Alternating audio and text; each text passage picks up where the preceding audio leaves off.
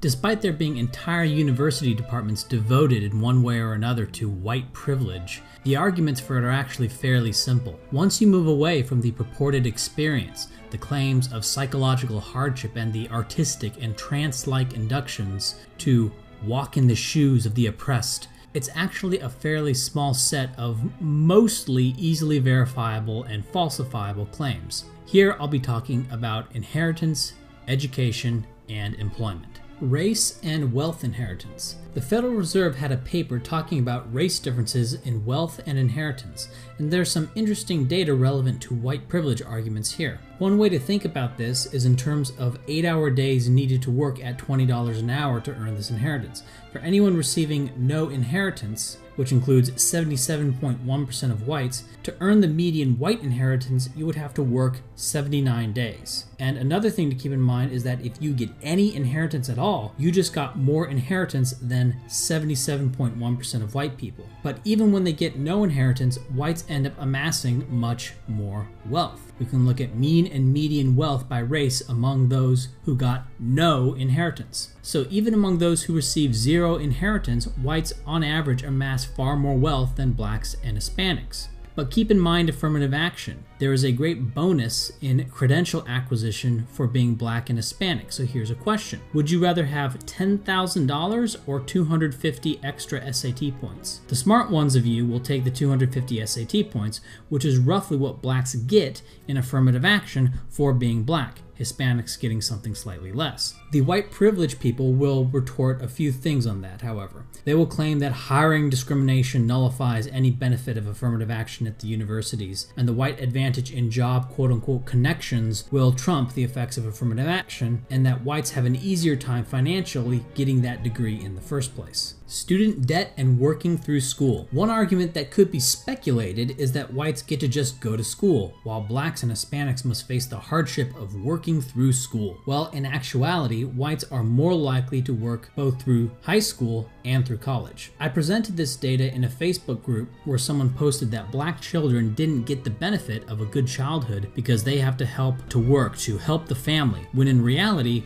white kids work more. Humorously, there were several responses saying that this proves employer discrimination, i.e., if black minors are working more than white minors, that's because they have to, because of some system of oppression, while white minors are free to have their work-free childhoods. But if white minors end up working more than black minors, well, that's because employers are discriminating against black minors. So whatever the case may be, the brown people are put upon and deserve some sort of restitution. Yet despite all of this, white college graduates have basically the same amount of debt as black and Hispanic college graduates upon graduation. This may seem to contradict some other data you see, saying that blacks and Hispanics have higher student loans on average, and this is true, but they are the same upon graduation, or very close to it. But the point is that even though whites are more likely to work through college, they end up roughly the same amount of student debt as blacks and Hispanics upon graduation, or at least the males do. In addition, there were not any significant differences between whites, blacks, and Hispanics in terms of how many of them got their parents to pay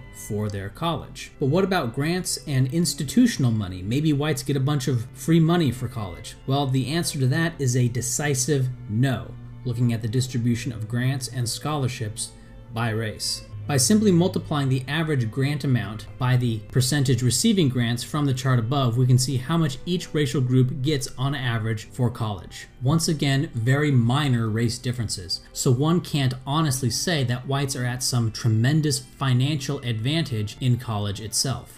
Employer discrimination. Now, as argued elsewhere, due to affirmative action, it is perfectly rational for employers to discriminate against blacks and Hispanics given the same credential, and a link to that for the YouTube video will be in the description. This is because it is easier for blacks and Hispanics to get an elite institution degree, and with that elite institution degree, to then develop the work experience that an entry-level Harvard grad gets. That said, one thing that the white privilege pushers will argue is that non-whites get discriminated against in job application and don't get as many callbacks. And they will run stories about a woman who changed her name to sound more white and got 10 times as many callbacks, or other anecdotes showing similarly extreme effects. The actual experimental data is a bit more mundane, with the the white callback rates being from 0.946 to 1.506 times the black callback rate given identical applications.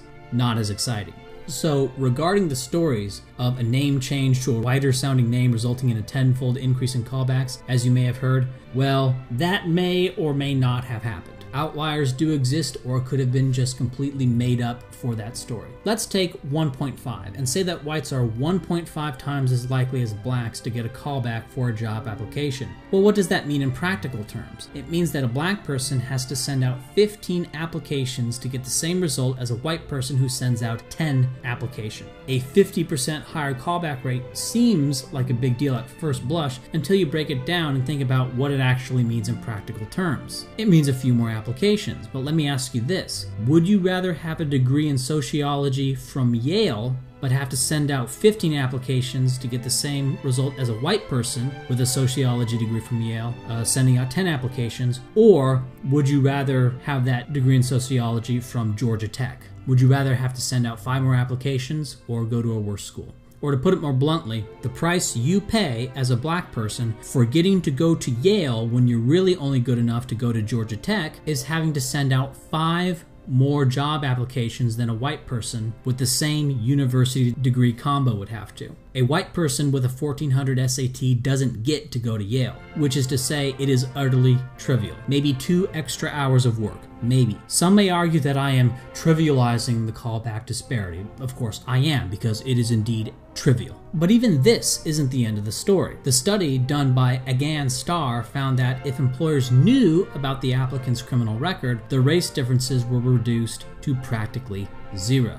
As an aside, the paper argues that the box, or the right of employers to demand criminal records, should be banned because it results in former criminals having a more difficult time getting jobs. But, as it happens, asking for a criminal record appears to entirely eliminate the racial gap for non-criminals. The obvious white privilege retort, of course, is that the cops and courts are biased against blacks and Hispanics. But when I heard this, I thought about this infamous or famous cartoon that was spread around the internet on white privilege, and one of the panels was this. I was able to track down the study that this is based on. It's from 2003, and whites with a criminal record were 5% more likely to get hired than a black without one. However, they did not control for resume quality or credentials, i.e. the white applicants probably had better resumes across the board. As seen above, when blacks and whites have the same resume credentials and the same criminal or lack of criminal record, they get hired at almost exactly the same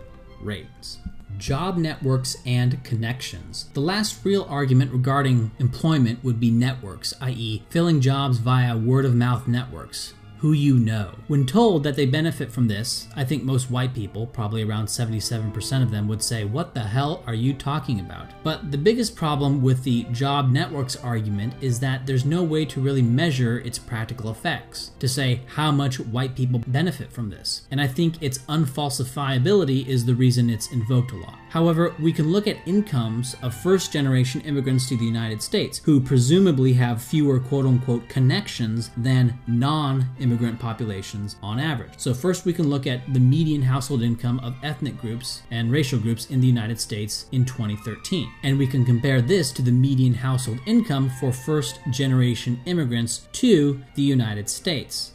Just eyeballing the numbers, it doesn't look like US-born citizens earn more money than first-generation immigrants of similar origin. I compiled a list of these two groups for median household income in 2013. So we can see that immigration status doesn't seem to matter much. I put Asian in quotes because that could mean anything from Burmese to Indonesian to Japanese to Xinjiang. This is not a slam dunk against the work connections hypothesis, but it is certainly not what you would predict if work connections were really important. And besides, the people who push work connections never give any quantifiable argument as to its effects on racial disparities anyway. They'll just say something like, 85% of jobs are filled without an advertisement, but by word of mouth. Now, I have a personal experience of 2 chemical engineers I knew back in college. One went to go work for a company that his dad worked in, getting his job based on the connection and word of mouth. The other applied to 3 companies and got 2 offers. Fair enough, chemical engineers are incredibly high demand, but the one who had to apply for jobs ended up liking his job more and currently makes more money than the one who got his job via family connection. Of course, personal experience doesn't mean some sort of general truth, but I can point to anecdotes of connections not mattering. And I'm sure the white privileged people can point to examples they know of connections mattering. And from there, make the leap that white people are the beneficiaries of massive connections at a higher rate than blacks and Hispanics. But this is spurious. It's just storytelling. But what about the gaps? When you knock down circumstantial explanations for race differences in anything, the believer in biological equality between the races begins to get frustrated and will say, well, then why are there these gaps? Gaps in health, gaps in wealth, gaps in income, gaps in proportion of doctors and scientists and engineers, gaps in the proportion going to prison. Well, once you knock out a lot of non-genetic explanations for these things, what are you left with? If this is the first article or video that you are reading, well, there's obviously a long way to go. But let me be clear. I'm not saying that if these things were happening, that it would be somehow evil or wrong or in need of remedying. For example, employers discriminating in favor of whites is fine.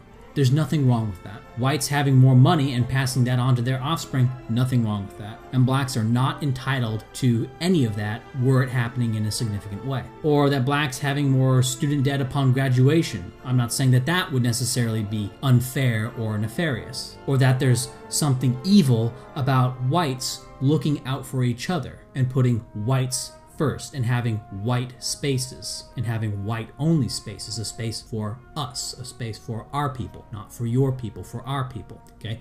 It's a family business, and race is, in a sense, a broader yet shallower family. No group of people has any right to have access to whites. By arguing that these things are not happening, that there is in fact no white privilege, don't infer from that I have accepted the premise that some sort of major inequality is evil and must be fixed if it were happening. I do not believe that.